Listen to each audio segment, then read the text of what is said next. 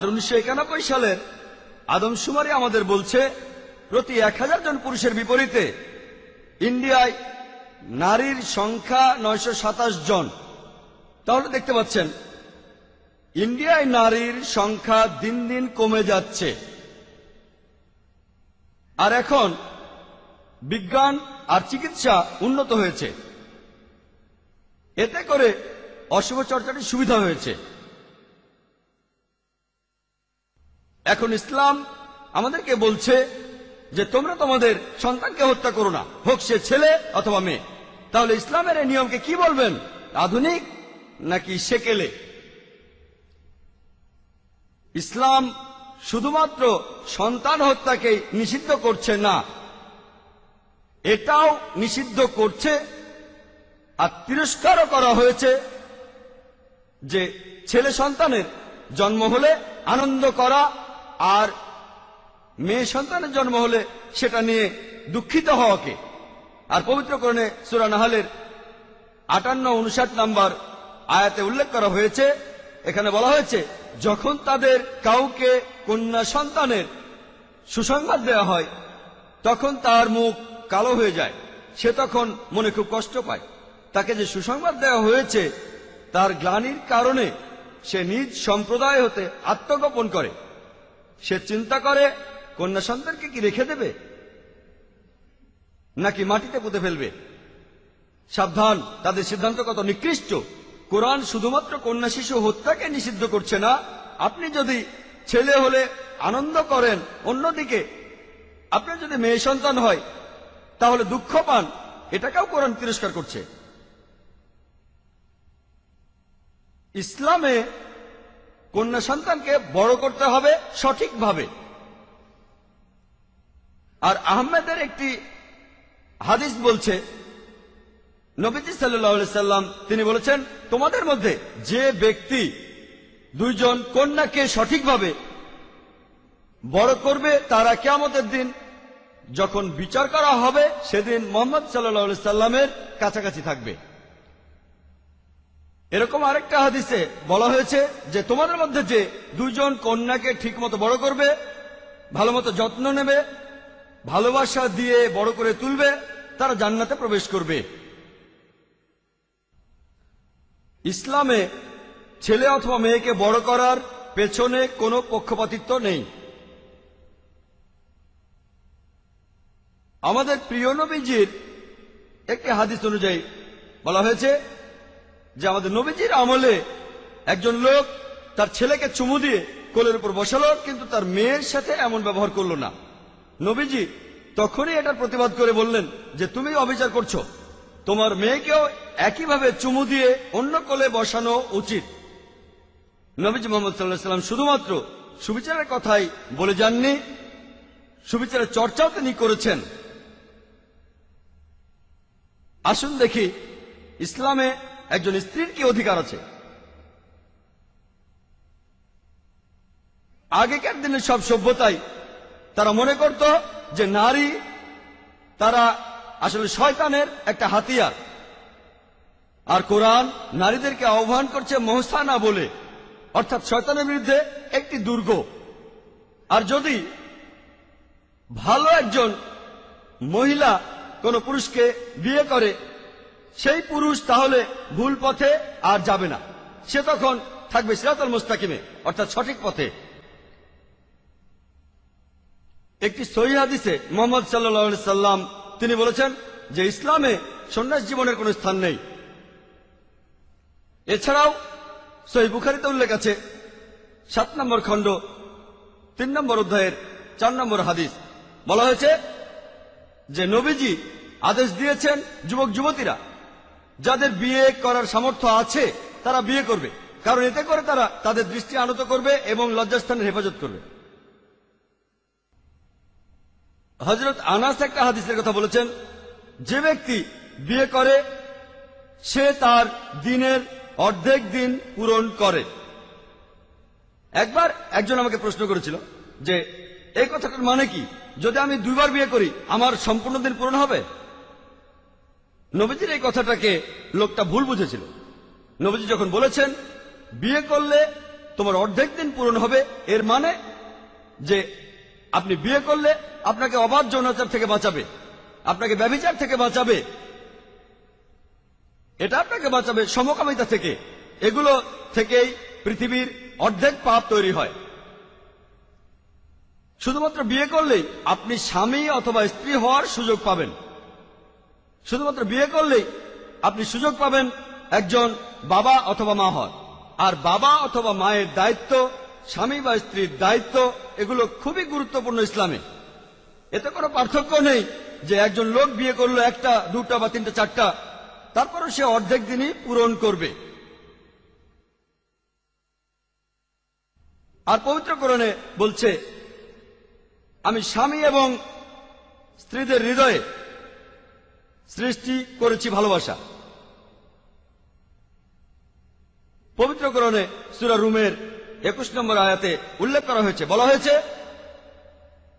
যে আমার নিদর্শনগুলির মধ্যে আমি তোমাদের জন্য তোমাদের মধ্যে থেকে সঙ্গী সৃষ্টি করেছি, যাতে তোমরা শান্তিতে তাদের সাথে বসবাস করতে পারো। আর তোমাদের মধ্যে পারস্পরিক ভালোবাসা ও দয়া সৃষ্টি করেছি। পবিত্র কোরআনে সূরা নিসার 21 নম্বর আয়াতে উল্লেখ করা হয়েছে, এখানে বিবাহকে বলা হয়েছে মিসাক, পবিত্র চুক্তি, পবিত্র অঙ্গীকার। পবিত্র কোরআনে সূরা নিসার 19 নম্বর আয়াতে বলা হয়েছে, নারীদেরকে জবরদস্তি উত্তরাধিকার গণ্য করা তোমাদের জন্য বৈধ নয়।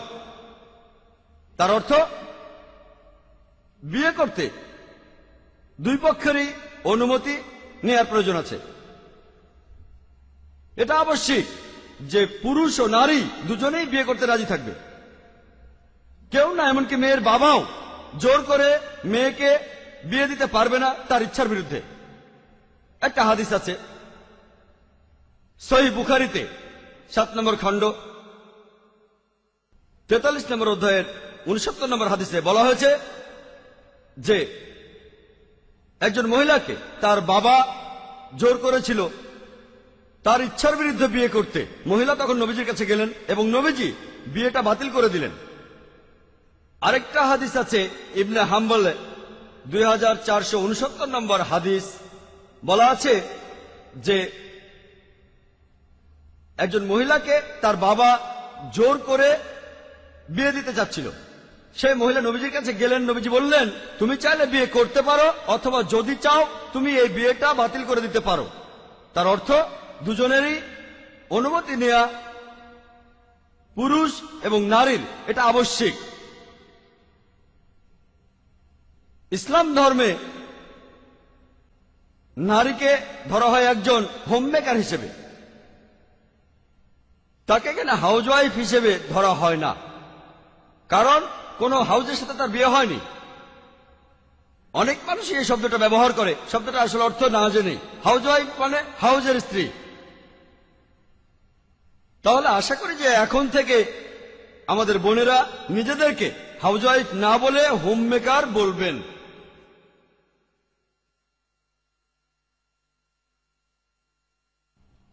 ইসলামে একজন নারীর সাথে তার প্রভুর বিয়ে হয় না যে তার সাথে দাসের মতো ব্যবহার করা হবে।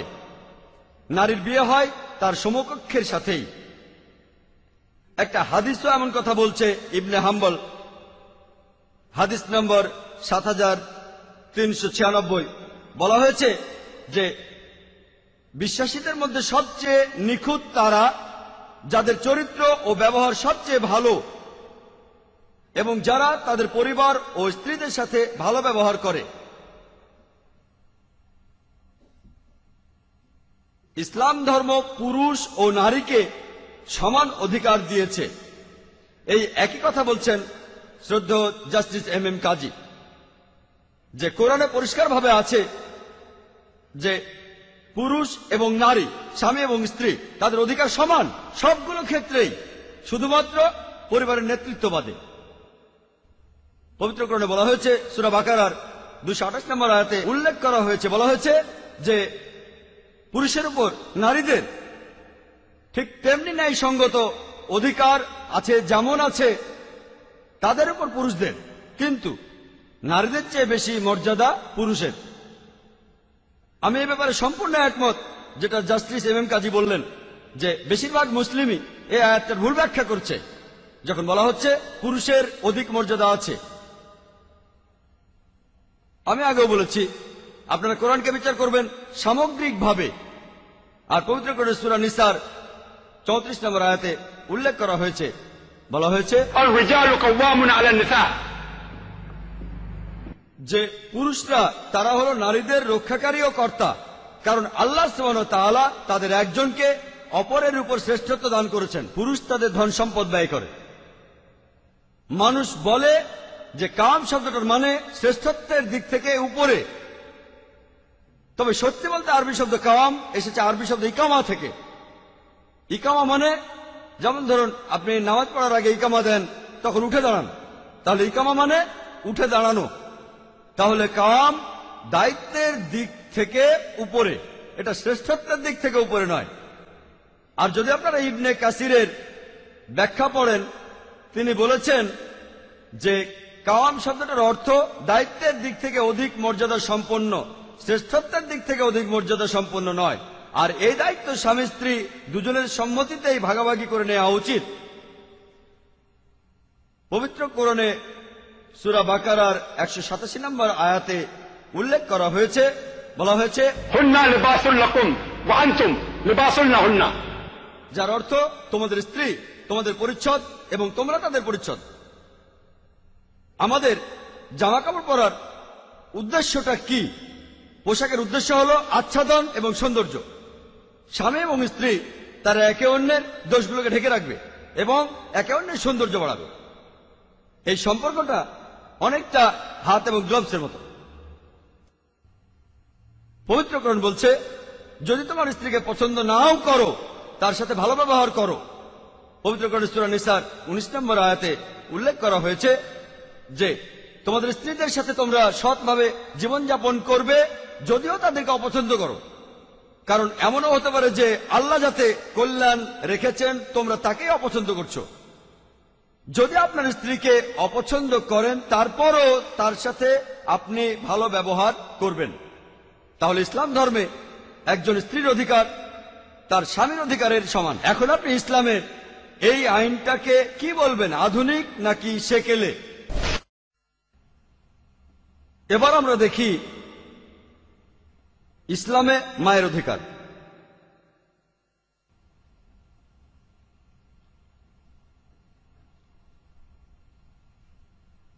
মাকে শ্রদ্ধা করার উপরে একমাত্র কাজটা হলো আল্লাহ সুবহানাহু ওয়া তাআলার উপাসনা করা। পবিত্র কোরআনে সূরা ইসরার 23 ও 24 নম্বর আয়াতে বলা হয়েছে যে আল্লাহ তাআলা তোমাদের আদেশ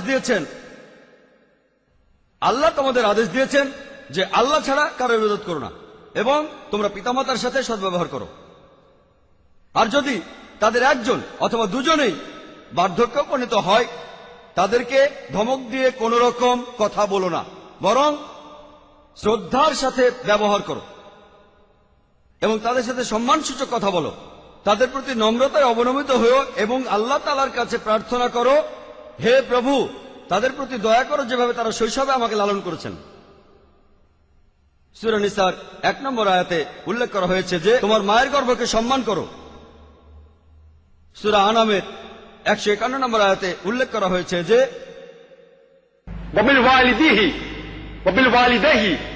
তোমরা তোমাদের পিতামাতার সাথে সদ্ব্যবহার করবে। এরপরে সূরা লোকমানের 14 নম্বর আয়াতেও সেই একই কথা বলা হয়েছে,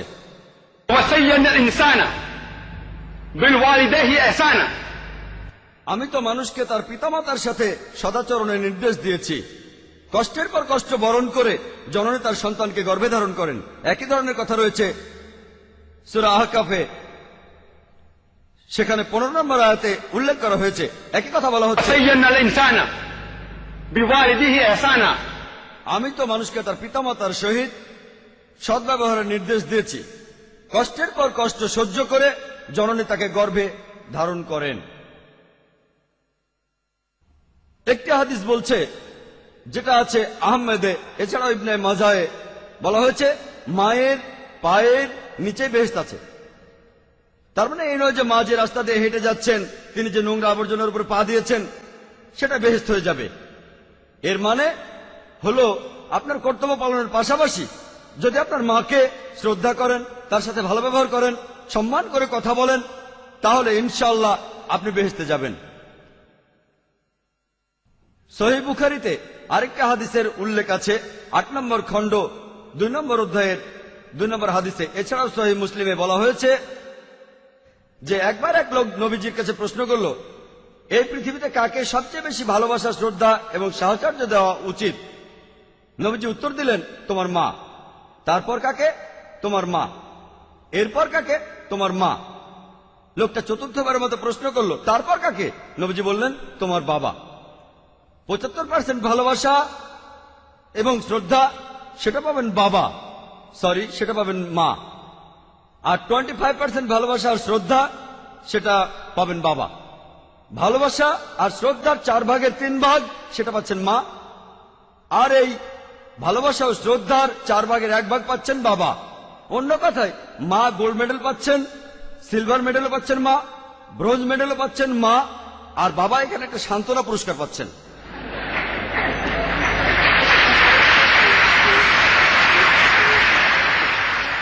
আমার ভালো লাগছে যে আপনারাও কথাটা পছন্দ করেছেন, আর এরকম না হলে আমি হয়তো ক্ষমা চাইতাম। যদি আপনাদের কাউকে আঘাত দিয়ে থাকি আমি দুঃখিত। ইসলামও আমাকে এই কথাই বলে। তবে আমি খুশি যে এখানে আমার ভাইয়েরা আপনারাও ইসলাম পছন্দ করেছেন, আলহামদুলিল্লাহ। আসুন এবার দেখি ইসলামে বোনকে কি অধিকার দেওয়া হয়েছে। পবিত্র কোরআনে সূরা তাওবার 71 নম্বর আয়াতে উল্লেখ করা হয়েছে, বলা হয়েছে, والمؤمنون والمؤمنات بعضهم أولياء بعض, যে মুমিন পুরুষ ও নারী তারা একে অপরকে রক্ষা ও সাহায্য করবে। এখানে আউলিয়া শব্দের অর্থ সাহায্যকারী ও রক্ষাকারী। তারা একে অপরকে সাহায্য ও রক্ষা করবে। এক কথায়, তাদের মধ্যে অন্য কোনো সম্পর্ক না থাকলে তারা পরস্পর ভাই বোন।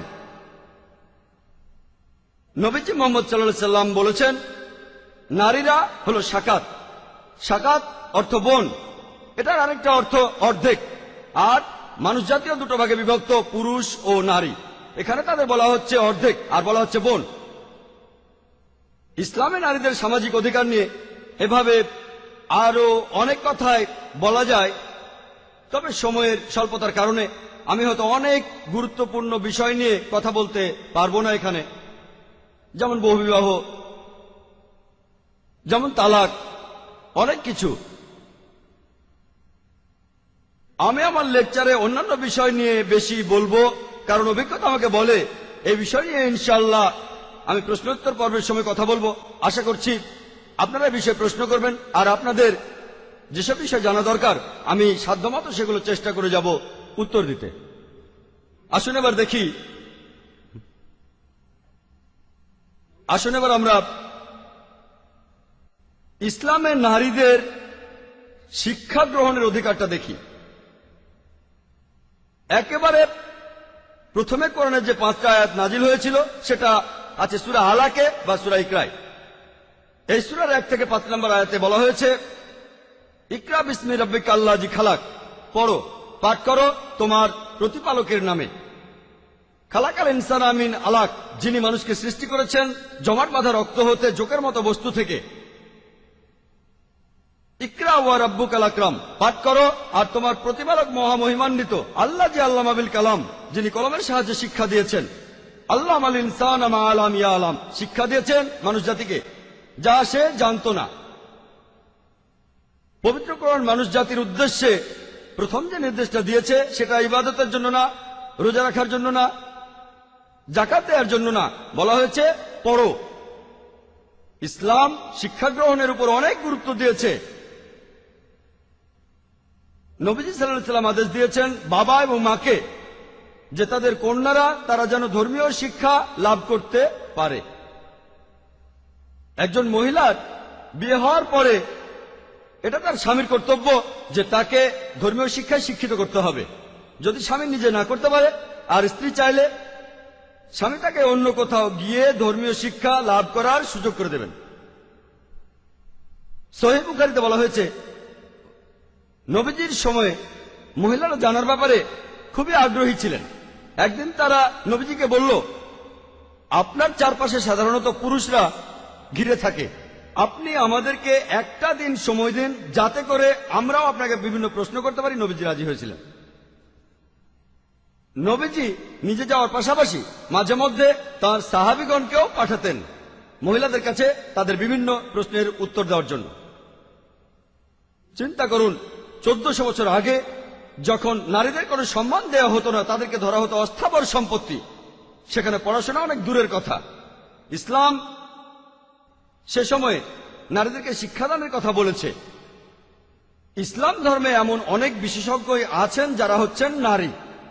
এ ব্যাপারে সবচেয়ে শ্রেষ্ঠ উদাহরণ হল বিবি আয়েশা, আল্লাহ তাকে শান্তিতে রাখুন। তিনি ছিলেন ইসলামের প্রথম খলিফা হযরত আবু বকরের মেয়ে, আল্লাহ তাকেও শান্তিতে রাখুন। এছাড়াও তিনি ছিলেন নবীজি মুহাম্মদ সাল্লাল্লাহু আলাইহি ওয়াসাল্লামের স্ত্রী। বিবি আয়েশা বিভিন্ন সময় সাহাবীগণকে, অনেক সময় খলিফাগণকেও বিভিন্ন উপদেশ দিয়েছেন। তার একজন বিখ্যাত ছাত্র উরওয়া ইবনে আল জুবায়ের, তিনি বলেছেন, আমি আরবের ইতিহাসে বিবি আয়েশার চেয়ে জ্ঞানী কাউকে দেখিনি, হোক সেটা কোরআনের শিক্ষার ক্ষেত্রে বা দায়িত্ব কর্তব্য পালনের ক্ষেত্রে, ন্যায় অন্যায় বিচারের ক্ষেত্রে অথবা সাহিত্যকর্মের ক্ষেত্রে, এমন কাউকেই দেখিনি। তিনি শুধুমাত্র ধর্মীয় বিষয়গুলোতে বিশেষজ্ঞ ছিলেন না, ঔষধের উপরে ছিল তার অগাধ জ্ঞান। যখনই আমাদের নবীজির কাছে বিদেশি লোকজন আসতেন আর কথা বলতেন, বিবি আয়েশা সেগুলো মনে রাখতেন। এছাড়া তিনি অঙ্কেও খুব ভালো ছিলেন। অনেক সময় সাহাবীগণ তার কাছে আসতেন মিরাত সম্পর্কে সমস্যা সমাধানের জন্য, অর্থাৎ সম্পত্তি ভাগাভাগি, যে সম্পত্তির উত্তরাধিকাররা কে কি পরিমাণে সেই সম্পত্তির ভাগ পাবেন। বিবি আয়েশা বিভিন্ন সময় 4 জন খলিফাকে বিভিন্ন উপদেশ দিয়েছেন, সাহাবাগণকেও দিয়েছেন। এছাড়া বিবি আয়েশা বিভিন্ন সময় উপদেশ দিয়েছেন আবু হুরায়রা রাদিয়াল্লাহু তাআলা আনহুকে। আর বিবি আয়েশা বর্ণনা দিয়েছেন সব মিলিয়ে 2210টি হাদিসে। আর এছাড়াও কথা বলেছেন আবু মুসা, যিনি ছিলেন বিখ্যাত বিচারক। তিনি বলেছেন যে যখনই আমরা সাহাবীগণ কোন বিষয়ে কিছু জানতে চাইতাম, আমরা তখন চলে যেতাম হযরত আয়েশা রাদিয়াল্লাহু তাআলা আনহার কাছে, আর দেখা যেত যে তিনি সে বিষয়ে জানতেন। বিবি আয়েশা সে সময় 88 জনেরও বেশি পণ্ডিতের শিক্ষক ছিলেন। এক কথায় তিনি ছিলেন পণ্ডিতদের পণ্ডিত। এমন আরো উদাহরণ আছে, যেমন বিবি সাফিয়া রাদিয়াল্লাহু তাআলা আনহা, তিনি ছিলেন নবীজির স্ত্রী। তিনি বিশেষজ্ঞ ছিলেন ফিকার উপরে, ইসলামিক ব্যবহার শাস্ত্র। আর ইমাম আন-নাওয়ীর মতে তিনি ছিলেন সে সময়ের সবচেয়ে মেধাসম্পন্ন মহিলা। আরেকটা দৃষ্টান্ত, উম্মে সালমা রাদিয়াল্লাহু তাআলা আনহা, তিনিও ছিলেন আমাদের নবীজির স্ত্রী। আর ইবনে হাজার বলেছেন যে তিনি 32 জন শিক্ষককে শিক্ষা দিয়েছেন। এমন আরো উদাহরণ আছে। ফাতিমা বিনতে কায়েস, তিনি একবার ফিকা নিয়ে কথা বলেছিলেন পুরো একদিন হযরত আয়েশা ও হযরত ওমরের সাথে, আল্লাহ তাদের দুজনকে শান্তিতে রাখুন, কিন্তু তারপরও তারা তাকে ভুল প্রমাণ করতে পারেনি। ইমাম আন-নাওয়ীর মতে তিনি একেবারে প্রথমে হিজরত করেছিলেন, আর তিনি অনেক বিষয় জানতেন। আরেকটা দৃষ্টান্ত হলেন উম্মে সামিল, যিনি ছিলেন আনাসের মা। তিনি ইসলামের দাওয়ার ক্ষেত্রে একজন বিশেষজ্ঞ ছিলেন। এছাড়াও বলা যায় সৈয়দা নাফিসার কথা, তিনি ছিলেন হাসানের নাতনি।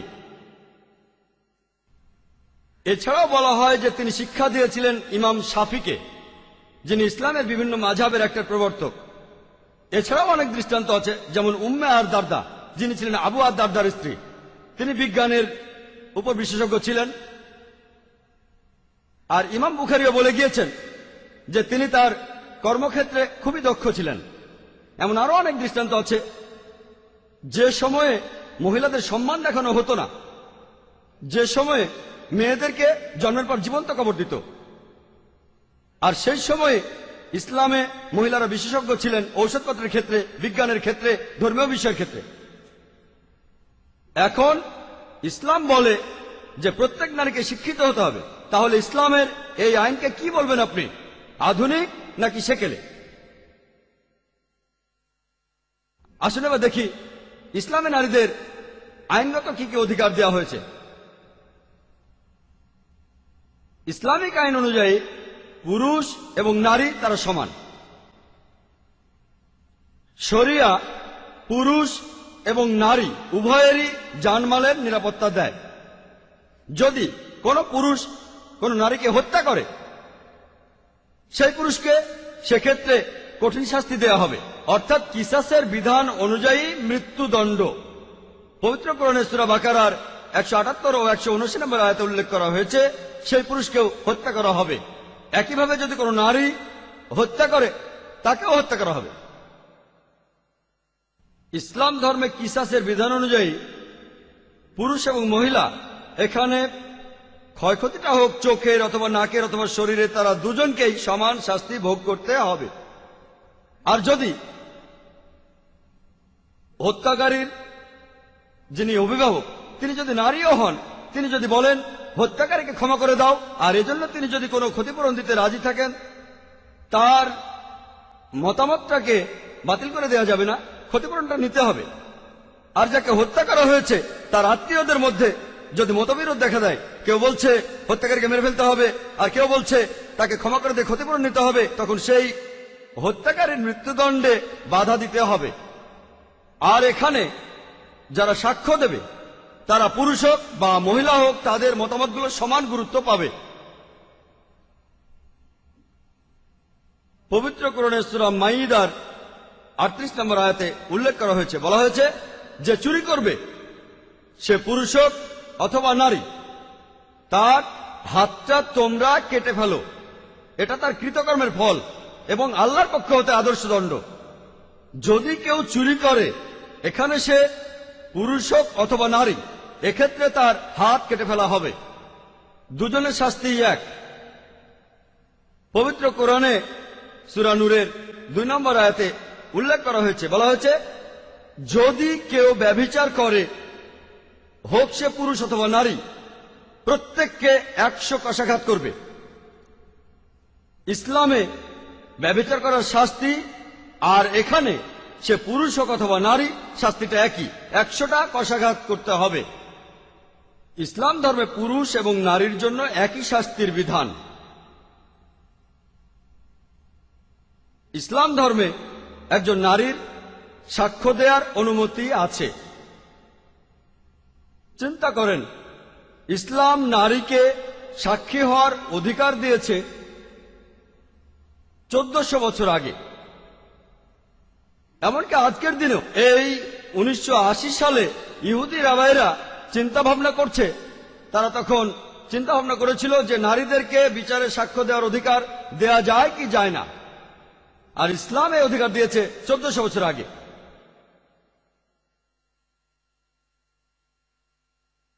পবিত্র কোরআনের সূরা নূরের 4 নম্বর আয়াতে উল্লেখ করা হয়েছে, বলা হয়েছে যদি তোমাদের কেউ কোন নারীর সতীত্ব নিয়ে অভিযোগ করে, তাহলে 4 জন সাক্ষী আনো। সাক্ষীরা প্রমাণ করতে না পারলে তাদেরকে 80টি কষাঘাত করবে। ইসলামে ছোট অপরাধে 2 জন সাক্ষী লাগবে, বড় অপরাধ হলে 4 জন সাক্ষী লাগবে। ইসলাম অনুযায়ী কোন নারীকে মিথ্যে অপবাদ দেওয়া বড় অপরাধ, সেজন্য এক্ষেত্রে 4 জন সাক্ষী লাগবে। এখনকার দিনে আধুনিক সমাজে দেখবেন পুরুষরা নারীদের বিভিন্ন অপবাদ দিচ্ছে, নারীদেরকে তারা বিভিন্ন নামে ডাকে, তাদের পতিতা নামেও ডাকে, এদের কোনো শাস্তি হচ্ছে না। ইসলামী কোন রাষ্ট্রে কোন পুরুষ জনসম্মুখে কোন নারীকে পতিতা বললে বা অপবাদ দিলে, সেই নারী যদি তাকে আদালতে নিয়ে যায়, আর যদি সেই পুরুষ 4 জন সাক্ষী আনতে না পারে অথবা তাদের একজনের সাক্ষ্য মিথ্যে প্রমাণিত হয়, তাদের প্রত্যেকের শাস্তি হবে 80টা করে চাবুক। আর ভবিষ্যতে তাদের সব সাক্ষ্যই বাতিল হবে। ইসলাম নারীর সতীত্বের প্রতি অনেক বেশি গুরুত্ব দিয়েছে। কোন মহিলা বিয়ে করলে সে সাধারণত তার স্বামীর নাম ব্যবহার করে। ইসলামে একটা সুযোগ দেওয়া আছে, সে তার স্বামীর নামটা নিতে পারে, তার স্বামীর নামটা সে ব্যবহার করতে পারে, অথবা বিয়ের আগের নামটা ব্যবহার করতে পারে। আর ইসলামও বলছে আগের নামটাই ব্যবহার করতে। বেশ কিছু মুসলিম সমাজে দেখা যায় বিয়ের পরেও মহিলারা তাদের আগের নামটাই ব্যবহার করছে, কারণ ইসলামিক আইন অনুযায়ী পুরুষ এবং নারী সমান। এখন ইসলামের এই আইনকে কি বলবেন, আধুনিক নাকি সেকেলে? আসুন এবার দেখি রাজনৈতিক অধিকার। পবিত্র কোরআনে সূরা তাওবার ৭১ নম্বর আয়াতে উল্লেখ করা হয়েছে, বলা হয়েছে والمؤمنون والمؤمنات بعضهم أولياء بعض। তার অর্থ পুরুষ এবং নারী তারা একে অপরের সাহায্যকারী। শুধুমাত্র সামাজিক ক্ষেত্রে সাহায্যকারী নয়, রাজনৈতিক ক্ষেত্রেও পুরুষ এবং নারী একে অন্যকে সাহায্য করবে। ইসলাম নারীদের দিয়েছে ভোট দেওয়ার অধিকার। যদি আপনারা সূরা মুমতাহিনা পড়েন, এই সূরার 12 নম্বর আয়াতে বলা হয়েছে, হে নবী, যখন মুমিন নারীরা তোমার কাছে এসে আনুগত্যের শপথ নেবে, এখানে আরবি শব্দটা হলো বায়ান, আর বায়ান এটার মানে হচ্ছে আমাদের বর্তমান সময়ের ইলেকশনের চাইতেও আরো ব্যাপক। আর নবীজি সাল্লাল্লাহু আলাইহি সাল্লাম তিনি শুধু আল্লাহর রাসূলই ছিলেন না, এছাড়া তিনি ছিলেন রাষ্ট্রপ্রধান। মহিলারা নবীজির কাছে আসতো আর তারা রাষ্ট্রপ্রধান হিসেবে নবীজির কাছে আনুগত্য প্রকাশ করত। তাহলে ইসলাম নারীদেরকে ভোট দেওয়ার অধিকারও দিয়েছে।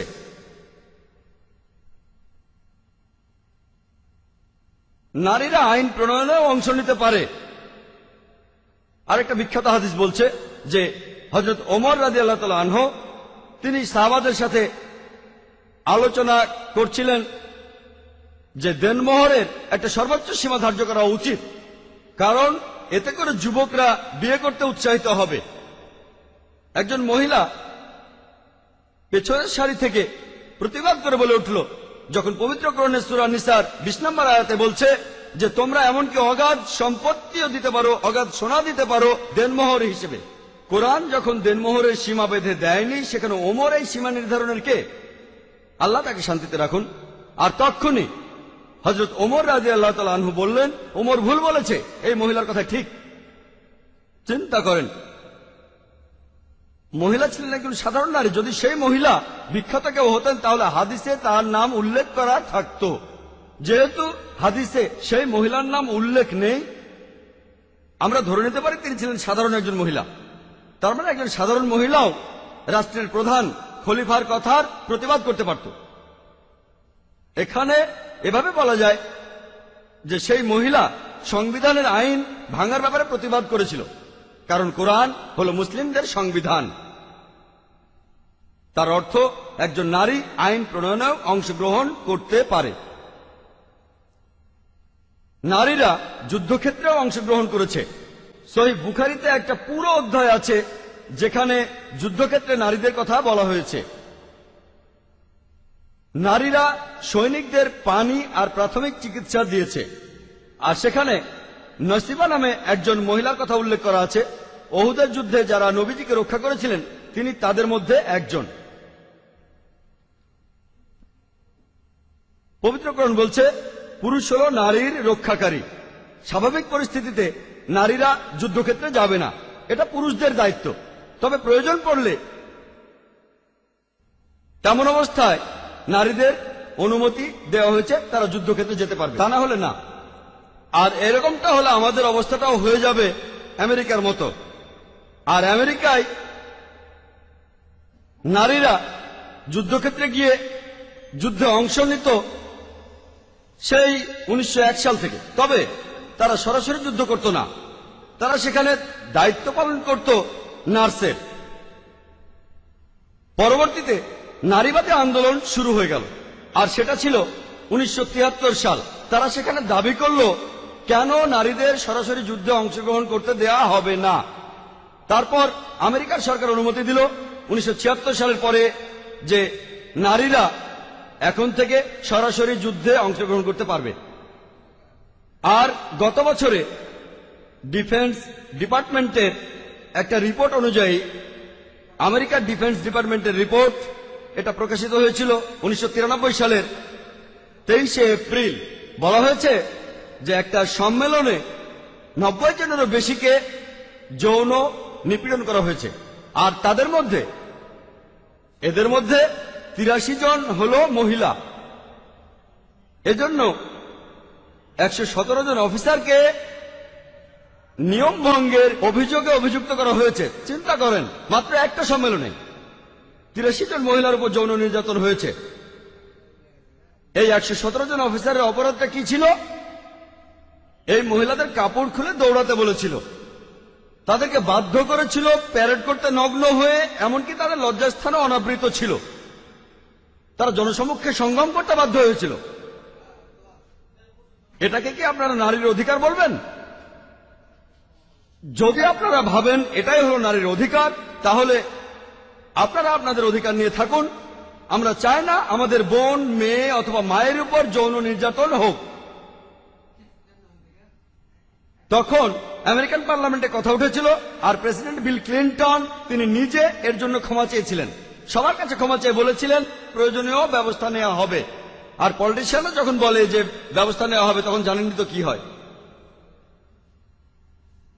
তাহলে ইসলাম নারীদের যুদ্ধ করার অনুমতি দেয় যখন প্রয়োজন হবে, তবে সেই সময় তারা তাদের ইসলামিক হিজাব পালন করবে, আর ইসলামিক ভদ্রতা সেটাও মেনে চলবে।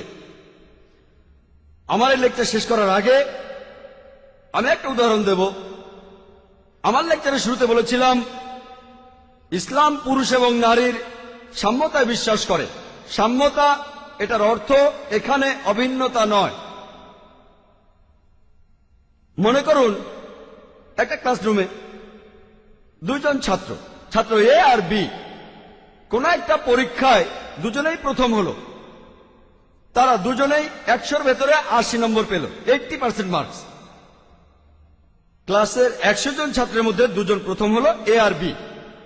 যদি আর প্রশ্নগুলোর উত্তর দেখেন, প্রশ্নপত্রে মোট 10টা প্রশ্ন ছিল, প্রত্যেক প্রশ্নে 10 নম্বর। 1 নম্বর প্রশ্নে স্টুডেন্ট এ সে 10-এর মধ্যে 9 পেয়েছে, আর স্টুডেন্ট বি 10-এর মধ্যে 7 পেয়েছে। তাহলে 1 নম্বর প্রশ্নে স্টুডেন্ট এ বি এর চেয়ে উপরে আছে। 2 নম্বর প্রশ্নে স্টুডেন্ট এ 10-এর মধ্যে 7 পেয়েছে, আর স্টুডেন্ট বি 10-এর মধ্যে 9 পেয়েছে। স্টুডেন্ট বি স্টুডেন্ট এর উপরে আছে এই 2 নম্বর প্রশ্নে। 3 নম্বর প্রশ্নে তারা দুজনেই 10-এর মধ্যে 8 পেল, আর দুজনেই সমান। তাহলে নম্বরগুলো যোগ করলে এই 10টা প্রশ্নে দেখা যাবে স্টুডেন্ট এ আর বি দুজনেই 180 পেয়েছে। তাহলে এক কথায় স্টুডেন্ট এ আর বি সব মিলিয়ে সমান। কিছু কিছু প্রশ্নে এ বি এর চেয়ে এগিয়ে আছে, আর কিছু প্রশ্নে বি এর চেয়ে এগিয়ে আছে, আর কিছু প্রশ্নে দুজনেই সমান পেয়েছে। আর একইভাবে আরেকটা উদাহরণ দেই যে আল্লাহ পুরুষকে বেশি শারীরিক শক্তি দিয়েছেন। ধরুন আপনার ঘরে চোর ঢুকেছে, তখন কি বলবেন আমি নারী অধিকারে বিশ্বাস করি, নারীরও সমান অধিকার? তখন কি আপনার মা, বোন বা স্ত্রী আর মেয়েকে চোরের সাথে লড়াই করতে বলবেন? না, এখানে আপনি নিজেই লড়াই করবেন। প্রয়োজন পড়লে তারা আসতে পারে, কিন্তু সাধারণ অবস্থায় যেহেতু আল্লাহ আপনাকে বেশি শক্তি দিয়েছেন, আপনি সে চোরের সাথে লড়াই করবেন। তাহলে শারীরিক শক্তির ক্ষেত্রে পুরুষ নারীদের চাইতে উপরে আছে। আপনাদের আরেকটা উদাহরণ দেই। যখন মা ও বাবাকে শ্রদ্ধা করার কথা বলা হচ্ছে, সেখানে বলা আছে যে সন্তানরা তাদের মাকে তাদের বাবার চাইতে 3 গুণ বেশি শ্রদ্ধা করবে। এখানে নারী পুরুষদের চাইতে উপরে অবস্থান করছে। সব মিলিয়ে তারা দুজনেই সমান। ইসলাম পুরুষ ও নারীর সাম্যতায় বিশ্বাস করে, অভিন্নতা নয়। ইসলামে পুরুষ এবং নারী সবকিছু মিলিয়ে সমান। আমি এখানে সংক্ষেপে বললাম, বিস্তারিত নয়। জাস্টিস কাজীও যেভাবে বলেছেন, সময়ের স্বল্পতার কারণে বিস্তারিতভাবে বলতে পারলাম না। এখানে আমি খুবই সংক্ষেপে ইসলামে নারীর অধিকারের কথা বললাম। আর এখন অনেক মুসলিম সমাজ এগুলো মেনে চলছে না।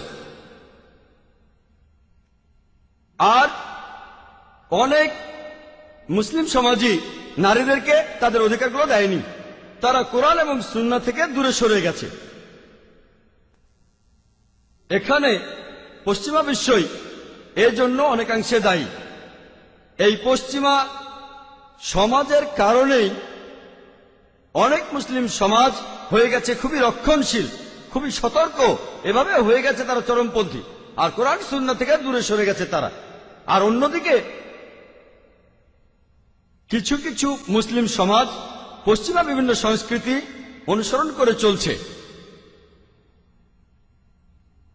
আমি পশ্চিমা সমাজকে বলতে চাই, আপনারা যদি ইসলামে নারীর অধিকারগুলো দেখেন কোরআন আর সুন্নাহ অনুযায়ী, তাহলে বুঝতে পারবেন এটাই আধুনিক সেকেলে নয়। সবশেষে আমি তাদেরকে ধন্যবাদ জানাতে চাই যারা আমাকে সহযোগিতা করেছেন। যদি একজনকে ধন্যবাদ জানাই, যার কারণে আজ আমি এখানে, তিনি হলেন আমার মা মিসেস রোশন নায়েক। আর আমার মায়ের ভালোবাসা, যত্ন আর উপদেশে আমি আজকে এখানে। এটা খুব অবিচার হবে যদি আমার বাবা ডক্টর আব্দুল করিম নায়েকের কথা না বলি। এছাড়াও আমার পরিবারের অন্যান্য সদস্য, বিশেষ করে আমার ভাই ডক্টর মোহাম্মদ নায়েক, এছাড়াও আরেকজন হলেন আমার স্ত্রী, যিনি আমাকে উৎসাহ দিয়েছেন গত 1 বছর ধরে বিয়ে হওয়ার পর থেকেই। এই কারণেই আমি এই বিষয়টা নিয়ে অনেক গবেষণা করতে পেরেছি। ওয়া আখির দাওয়ানা আলহামদুলিল্লাহি রাব্বিল আলামিন।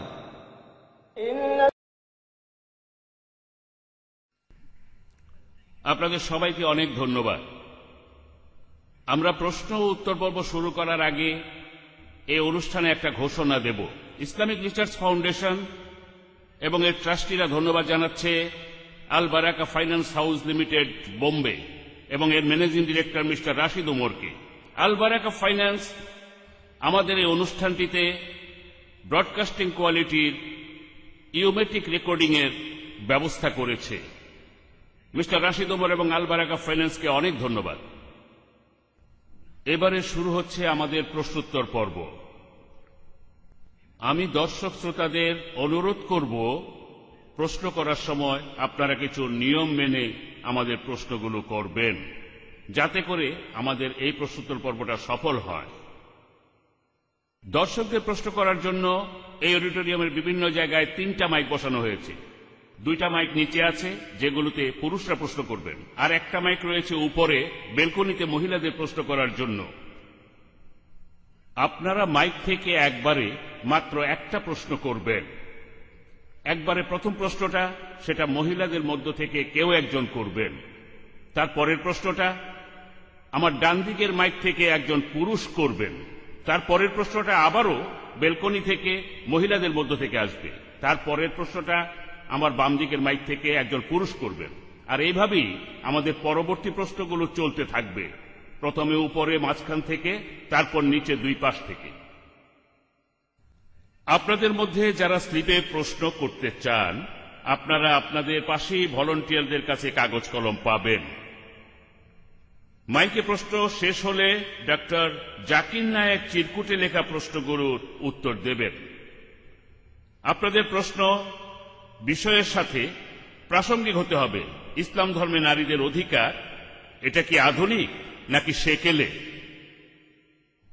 আর দয়া করে আপনারা প্রশ্নগুলো সংক্ষিপ্ত আর যথাযথ করবেন। 1 থেকে 3টা সেন্টেন্সের মধ্যে হলে ভালো হয়। এটা একটা প্রশ্ন আর উত্তর পর্ব, কোন রকম লেকচার বা বিতর্ক পর্ব না। দয়া করে আপনারা একবারে একটা প্রশ্ন করবেন। যদি সময় থাকে তাহলে আপনি পরের প্রশ্নটাও করতে পারবেন, যখন লাইনে দাঁড়ানো অন্যেরা তাদের প্রশ্নগুলো করে ফেলবে। এই অল্প সময়ের মধ্যে আমাদের এই প্রশ্নোত্তর পর্বটা শিক্ষামূলক আর আকর্ষণীয় করার জন্য আমরা অপ্রাসঙ্গিক বিভিন্ন প্রশ্নকে বাদ দিয়ে যেতে পারি। আর ডক্টর জাকির এখানে কোন প্রশ্নের উত্তর দেবেন সেখানে আমাদের সিদ্ধান্তটাই চূড়ান্ত হবে। আমাদের বক্তা ডক্টর জাকির নায়েক যাতে যথাযথভাবে আপনার প্রশ্নের উত্তর দিতে পারেন, সেজন্য দয়া করে আপনার প্রশ্নটা করার আগে আপনার নাম ও পেশাটা বলে নিন। প্রশ্ন করার আগে আপনার নাম বলুন আর পেশাটা বলুন, যাতে করে আপনাকে আরো সঠিক উত্তর দিতে পারি। ধন্যবাদ। আমরা এবার প্রশ্নোত্তর পর্ব শুরু করতে যাচ্ছি। ডক্টর জাকির নায়েক উত্তর দেওয়ার জন্য প্রস্তুত আছেন। যারা প্রশ্ন করবেন তারাও প্রস্তুত। এবারে মহিলাদের মধ্য থেকে প্রথম প্রশ্নটা করা হচ্ছে বেলকনি থেকে। আমার নাম সাবা, আমি একজন স্টুডেন্ট। আমি আপনাকে একটা প্রশ্ন করব জাকির ভাই। একজন পুরুষ বেহেশতে গেলে হুর পাবে, অর্থাৎ আয়তলোচনা সুন্দরী সে পাবে, কিন্তু নারী বেহেশতে গেলে সেখানে সে কি পাবে?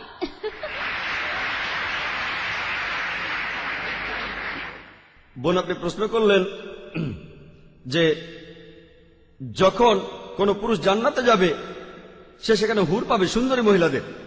এখানে নারীরা কি পাবে তারা যখন জান্নাতে যাবে?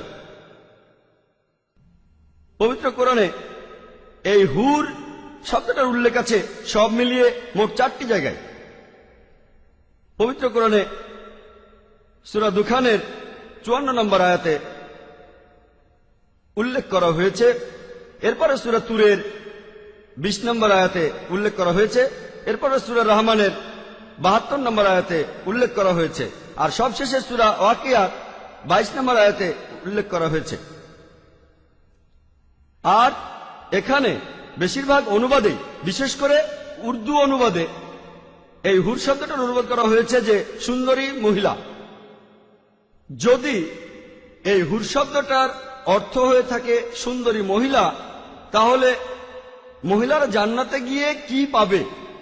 সত্যি বলতে এই হুর শব্দটা হলো বহুবচন, এক বচনে হাওয়ার, যেটা পুরুষের জন্য প্রযোজ্য, আর হাওয়ার এটা নারীদের জন্য প্রযোজ্য। এখানে আসলে হাওয়ারের চারিত্রিক বৈশিষ্ট্য বোঝানো হচ্ছে।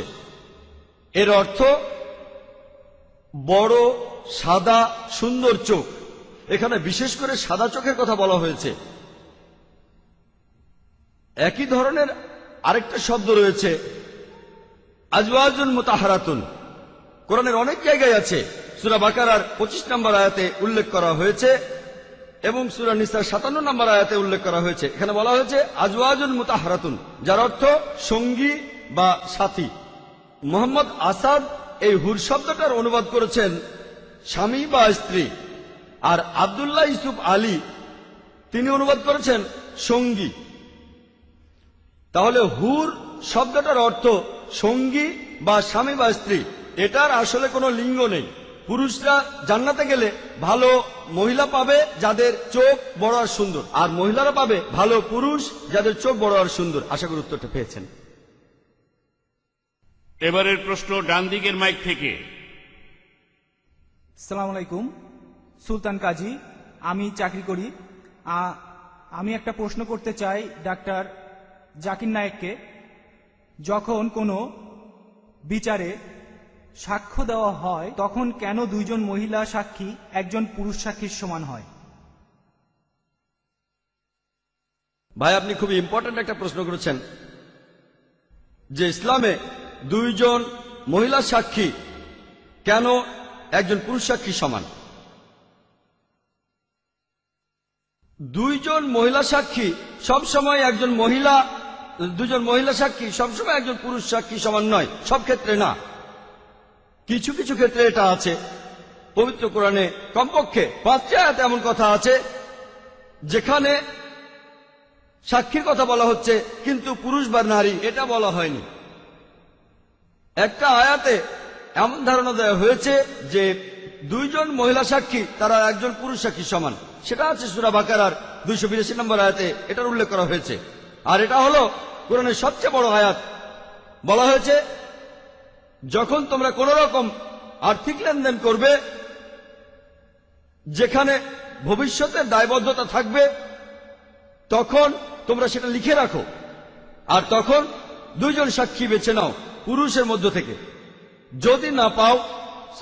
যদি দুইজন পুরুষ সাক্ষী খুঁজে না পাও তাহলে একজন পুরুষ ও দুজন নারীকে নাও, যাতে করে তাদের একজন ভুলে গেলে আরেকজন মনে করিয়ে দেয়।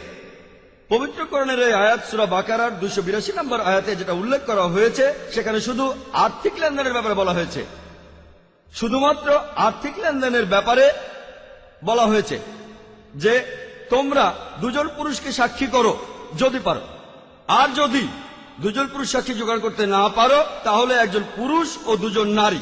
আপনাদের বোঝার সুবিধার জন্য আরেকটা উদাহরণ দেই। ধরুন একজন লোক একটা অপারেশন করাতে চায়, একটা ডাক্তারি অপারেশন। স্বাভাবিকভাবেই সেই লোক এখানে উপদেশ নিতে চাইবে দুইজন বিশেষজ্ঞ সার্জনের। যদি দুজন বিশেষজ্ঞ সার্জন খুঁজে না পায়, তাহলে সে উপদেশ নেবে অন্ততপক্ষে একজন বিশেষজ্ঞ সার্জনের, এর সাথে দুইজন জেনারেল প্র্যাকটিশনারের যাদের শুধু এমবিবিএস ডিগ্রি আছে। কারণ একজন সার্জন অপারেশনের ব্যাপারে অনেক বেশি অভিজ্ঞ যদি সাধারণ এমবিবিএস ডাক্তারের সাথে তুলনা করেন। আর একইভাবে যেহেতু ইসলাম ধর্মে আর্থিক বিভিন্ন বিষয়ে দায়িত্বগুলো সাধারণত পুরুষদের উপরে থাকে, তারা মহিলাদের চেয়ে আর্থিক ব্যাপারগুলো ভালো বোঝে।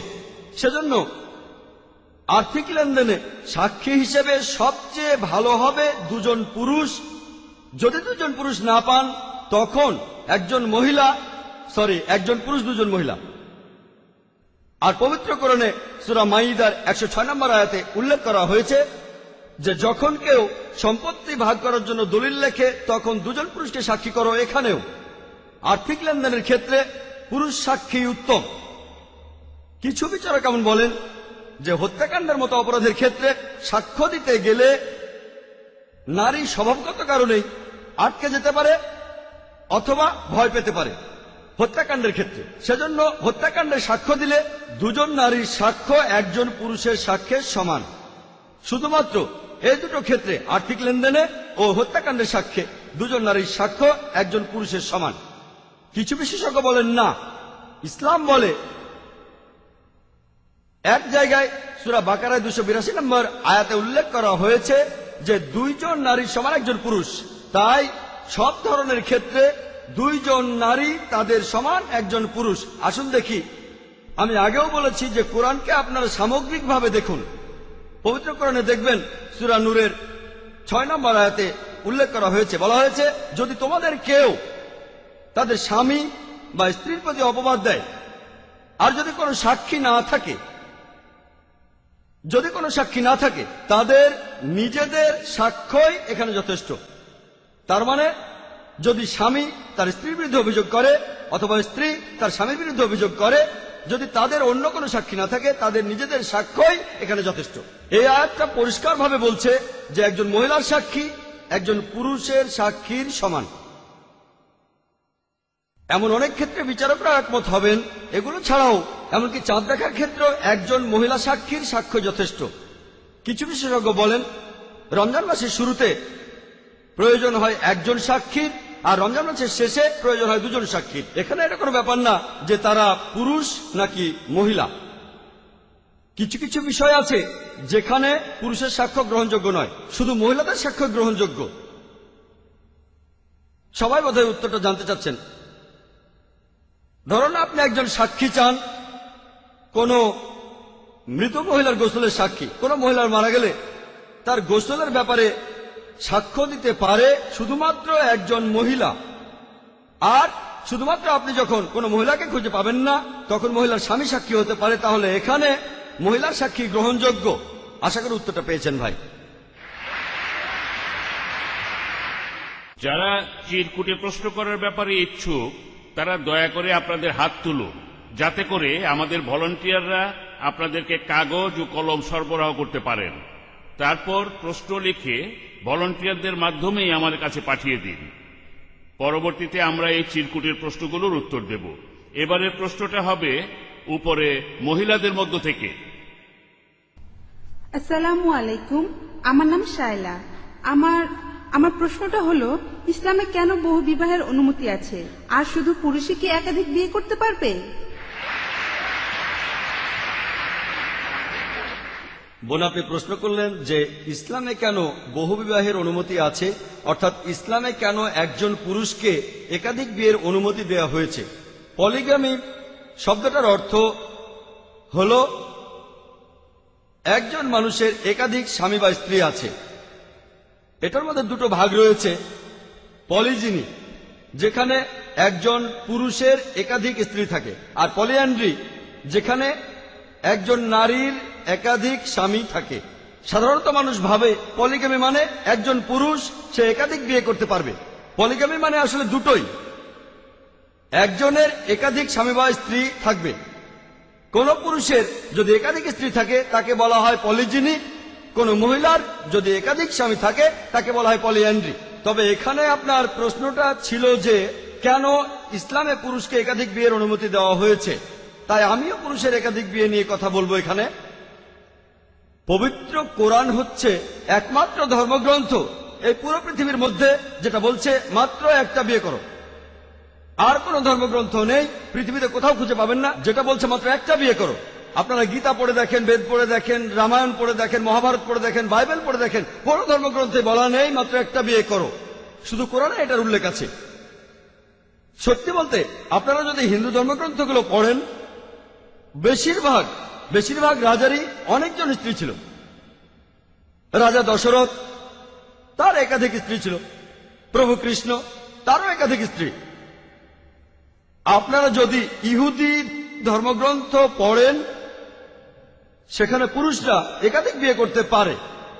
পরবর্তীতে একাদশ শতাব্দীতে ইহুদি র্যাবাই গরশাম বেনজুদা তিনি একটা আইন পাশ করেন যেখানে পুরুষের একাধিক বিয়ে করা নিষিদ্ধ করা হয়েছে। তারপরও ইহুদিদের সেফারডিক গোত্রে এই প্রথা চালু ছিল। পরে 1950 সালে ইসরায়েলের প্রধান র্যাবাই এটাকে একেবারে নিষিদ্ধ করেন। খ্রিস্টানদের বাইবেলেও পলিজিনির অনুমতি দিয়েছে। মাত্র কয়েকশো বছর আগে চার্চ এটাকে নিষিদ্ধ করেছে। এরপরে আপনারা যদি ইন্ডিয়ার আইনগত অবস্থা একটু দেখেন, ইন্ডিয়ার আইন এক সময় পুরুষের একাধিক বিয়ের অনুমতি দিত। তবে পরবর্তীতে 1954 সালে তখন হিন্দু ম্যারেজ অ্যাক্ট পাশ করানো হয়। আমি ভুল বললে জাস্টিস কাজী শুধরে দেবেন। যখন হিন্দু ম্যারেজ অ্যাক্ট পাশ করানো হয় 1954 সালে, এই আইনে কোন হিন্দু পুরুষের একাধিক বিয়েকে নিষিদ্ধ ঘোষণা করা হয়। যদি আপনারা পরিসংখ্যান দেখেন, ইসলামে নারীর অবস্থান নিয়ে একসময় একটা রিপোর্ট প্রকাশিত হয়েছিল 1975 সালে। সেখানে 66 ও 67 নম্বর পৃষ্ঠায় আছে। এখানে একাধিক বিয়ের একটা পার্সেন্টেজ দেওয়া হয়েছিল। বলা হয়েছে যে হিন্দুদের মধ্যে একাধিক বিয়ের শতকরা হার হল 5.06, আর মুসলিমদের মধ্যে একাধিক বিয়ের শতকরা হার ছিল মাত্র 4.31। আমরা পরিসংখ্যানগুলো বাদ দিয়ে আমাদের মূল আলোচনায় আসি। ইসলামে কেন পুরুষকে একাধিক বিয়ের অনুমতি দেয়? আমি আগেও বলেছি, পবিত্র কোরআন এই পৃথিবীর মধ্যে একমাত্র ধর্মগ্রন্থ যেটা বলছে মাত্র একটা বিয়ে করো। পবিত্র কোরআনের সূরা নিসার 3 নম্বর আয়াতে উল্লেখ করা হয়েছে যে বিয়ে করবে পছন্দের নারীকে 2, 3 অথবা 4, তবে সুবিচার করতে না পারলে মাত্র একটা বিয়ে করো। মাত্র একটা বিয়ে করার কথা শুধু কোরআনেই বলা হয়েছে। এই কথাটা পৃথিবীর অন্য কোনো ধর্মগ্রন্থে নেই।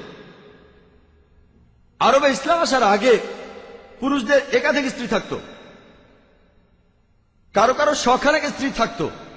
ইসলাম তখন বহুবিবাহের একটা সীমা ঠিক করে দেয়, সর্বোচ্চ 4টা।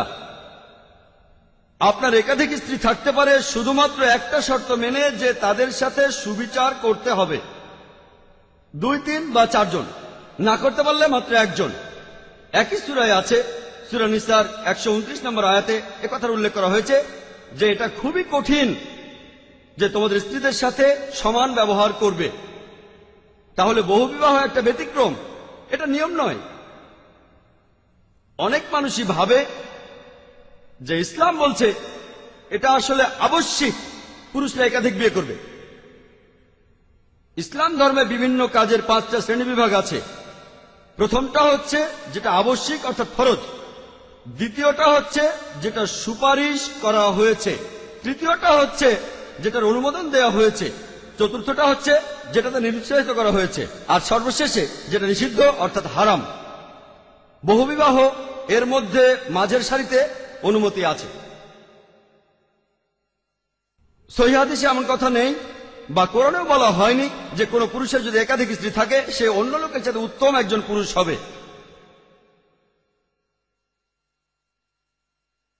আসুন এবার যুক্তি দিয়ে দেখি কেন ইসলাম পুরুষকে একাধিক বিয়ে করার অনুমতি দেয়। প্রাকৃতিকভাবে পুরুষ এবং নারী জন্ম নেয়, পুরুষ আর নারী জন্ম নেয় সমান অনুপাতে। তবে মেডিকেল সায়েন্স আমাদের বলে যে মানুষের ভ্রূণ সেটা যদি মেয়ে হয় সে তাহলে ছেলে ভ্রূণের চাইতে শক্তিশালী। আধুনিক বিজ্ঞান আমাদের বলে যে মেয়ে শিশুর রোগ প্রতিরোধ ক্ষমতা ছেলের চেয়ে বেশি। মেয়ে শিশুরা ছেলে শিশুর চাইতে বিভিন্ন রকম রোগ জীবাণুকে আরো অনেক ভালোভাবে প্রতিরোধ করতে পারে। মেডিকেল সায়েন্স আমাদের বলে যে মেয়ে শিশুরা তুলনামূলকভাবে ছেলে শিশুর চাইতে শক্তিশালী হয়। তাহলে সেই শিশু বয়স থেকেই মেয়েদের সংখ্যা ছেলেদের চেয়ে বেশি। পৃথিবীতে বিভিন্ন সময়ে অনেক যুদ্ধ হয়, আর যুদ্ধের সময় মেয়েদের তুলনায় ছেলেরাই বেশি মারা যায়।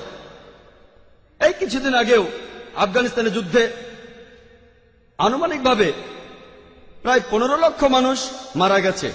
তাদের মধ্যে বেশিরভাগই হল পুরুষ।